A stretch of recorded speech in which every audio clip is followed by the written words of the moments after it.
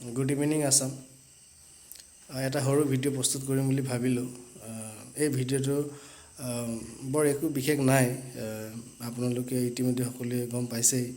আমাৰ অহাকালি ৰাতিপুৱা 9টা বজাত দ্বাদশ শ্ৰেণীৰ চূড়ান্ত পৰীক্ষাত যিসকল আমাৰ ছাত্ৰ ছাত্ৰী অৱতীৰ্ণ হৈছিলে তেওঁলোকৰ ফলাফল ঘোষণা কৰা হ'ব বুলি আমি ইতিমধ্যে গম পাইছোঁ। বাতৰি কাকতে হওক বা অন্যান্য ছ'চিয়েল মিডিয়াত আমি গম পাইছোঁ।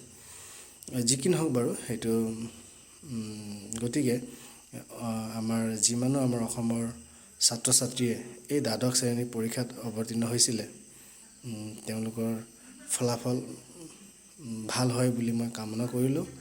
আৰু সকলোৱে যাতে যিমানো আমাৰ শিক্ষাৰ্থী এই পৰীক্ষাত অৱতীৰ্ণ হৈছিলে তেওঁলোকে কলেজীয়া জীৱনৰ যিটো আৰম্ভণি সকলোৱে যাতে কৰিব পাৰে বুলি মই আশা কৰিছোঁ।